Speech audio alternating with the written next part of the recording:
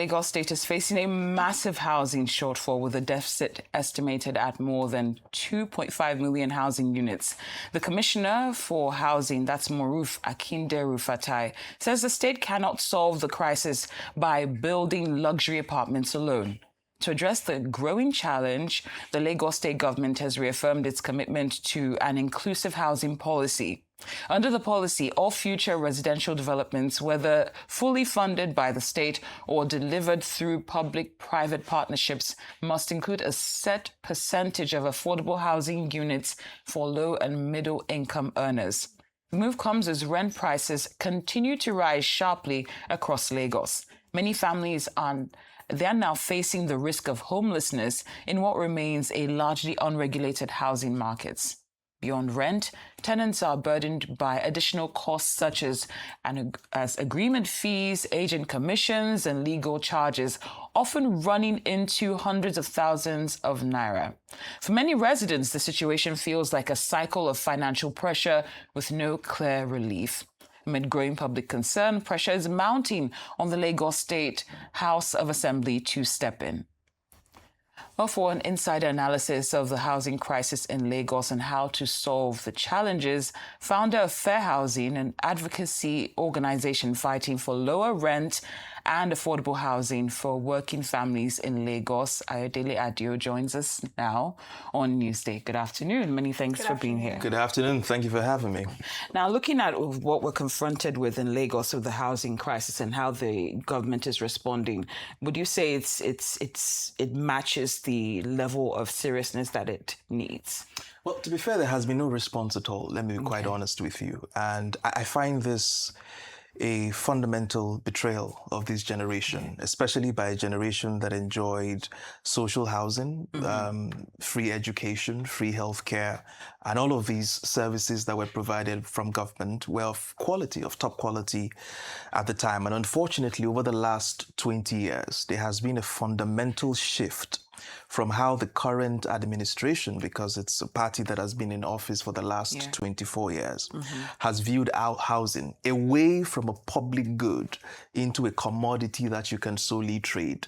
And to that extent, they have focused exclusively on public-private partnerships that drives exclusively luxury housing across the state and has sort of excluded a majority of not just poor people, because I know people like to frame it that it's usually poor people that have been locked out of the market. But the reality is that working and middle income people are now having the short end of the stick without an ability to cope with the rent hikes and are living at a time where it becomes almost impossible for people in my generation to own a home in Lagos State.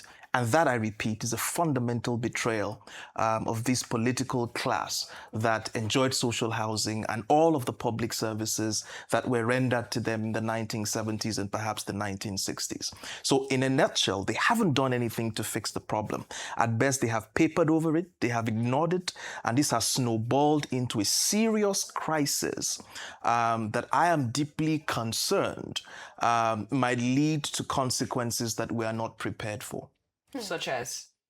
Well, you just have to look back at history. If you go back to history and you see what led to the various revolutions, whether it was in Chile, whether it was in El Salvador, whether it was in Peru, whether it was in France, it was largely because a small class of oligarchs controlled all the land in many of these countries, and the peasants had nothing and no future to look forward to.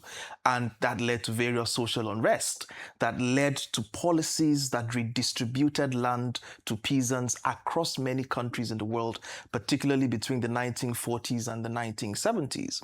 So we are likely leading to that situation again at a time where there's a sense of hopelessness around young people, seeing that all of their income has to go into just spending on food, electricity, and housing, and are incapable of doing anything else. So there's a sense of hopelessness, that sense of anxiety that, listen, I'm hitting my 40s, I'm going to be going to my 50s.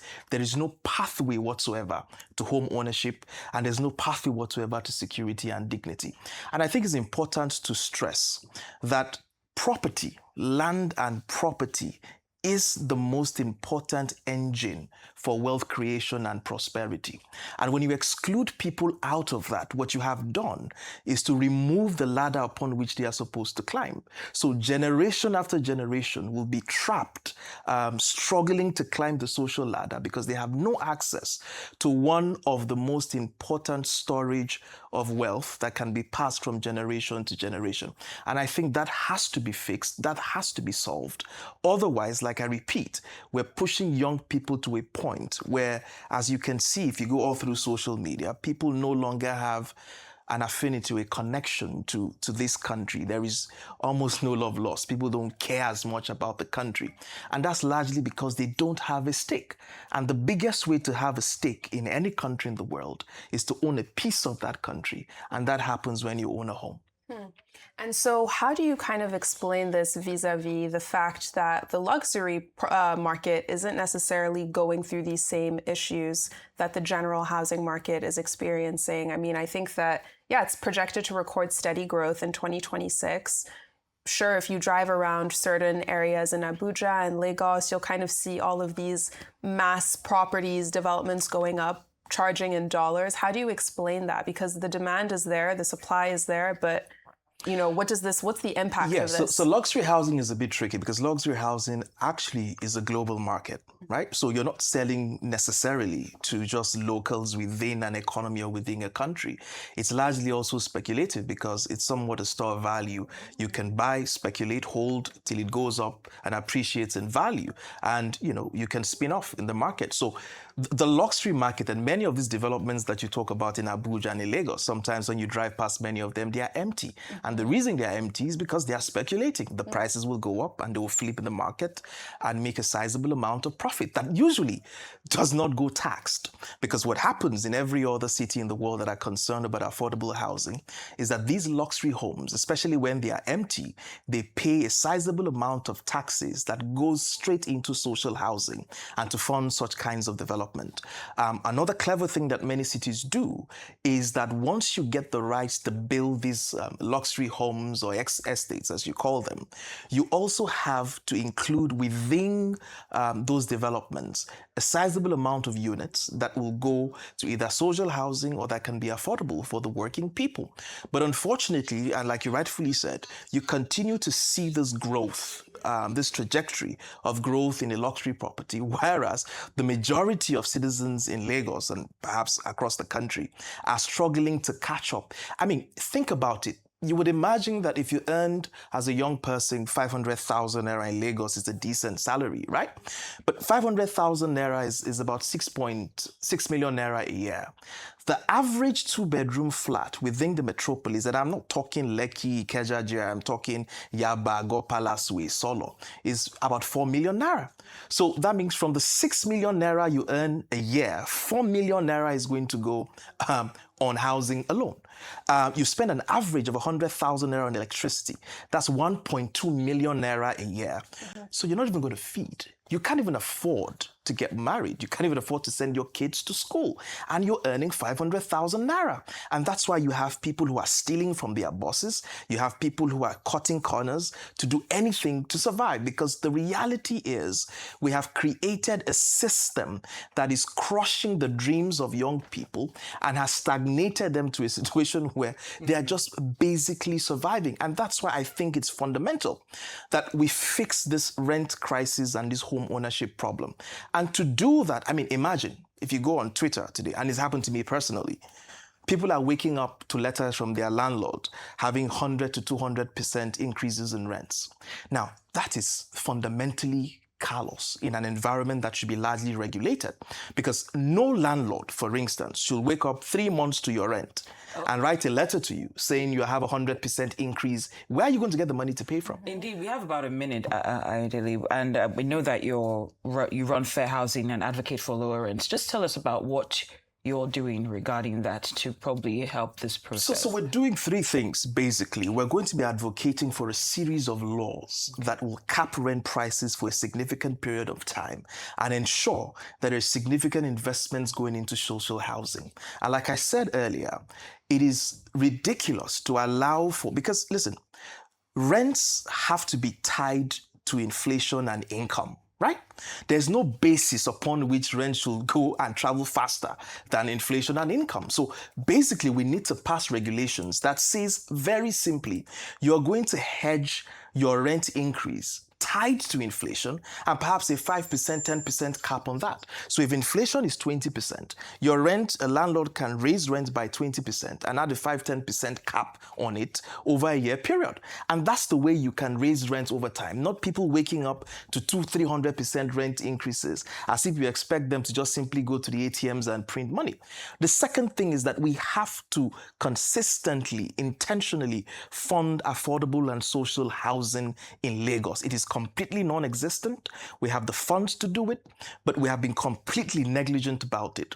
And it's because largely we do not take the role of the working class very seriously, because what that will do in the short to mid-term is that it will raise the cost of labor such that your employers will start having pressure to pay higher salaries than their profits can meet, because you cannot afford to pay rents where you currently live because you have no other option than to demand more from your bosses. So there has to be an equilibrium at some point, and that starts by capping rents and ensuring people cannot raise rents to a certain degree, by funding social housing, by eliminating or raising taxes on Airbnbs in residential areas, and by limiting the amount of commercial ventures happening in residential areas. Lekki 1 is supposed to be residential. Half of it now, or more than half, is now commercial. It's absurd. So we have to keep residential areas residential and move people to commercial areas. And so these are some of the things that we have to advocate for to ensure that people are not crushed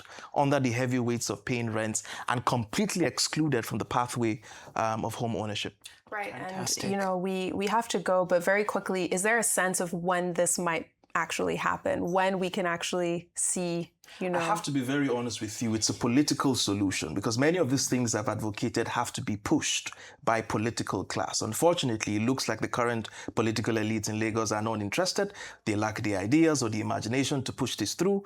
And the reality is we have really and truly have to support the emergency of other political solutions that are likely to be socially democratic in nature and take the working class very seriously and the dignity of the average Lagosian very seriously, and push through these policies that will ensure that rents do not kill the average worker and those who earn decent income have a pathway to home ownership, in Lagos. It's a political solution. Probably it's not going to be happening. You also wear a political hat. Obviously, So, there's no hiding that I'm a politician. And then again, I'm actually, when the time comes, I'm going to be running basically on this, because I have the solutions to the housing problems.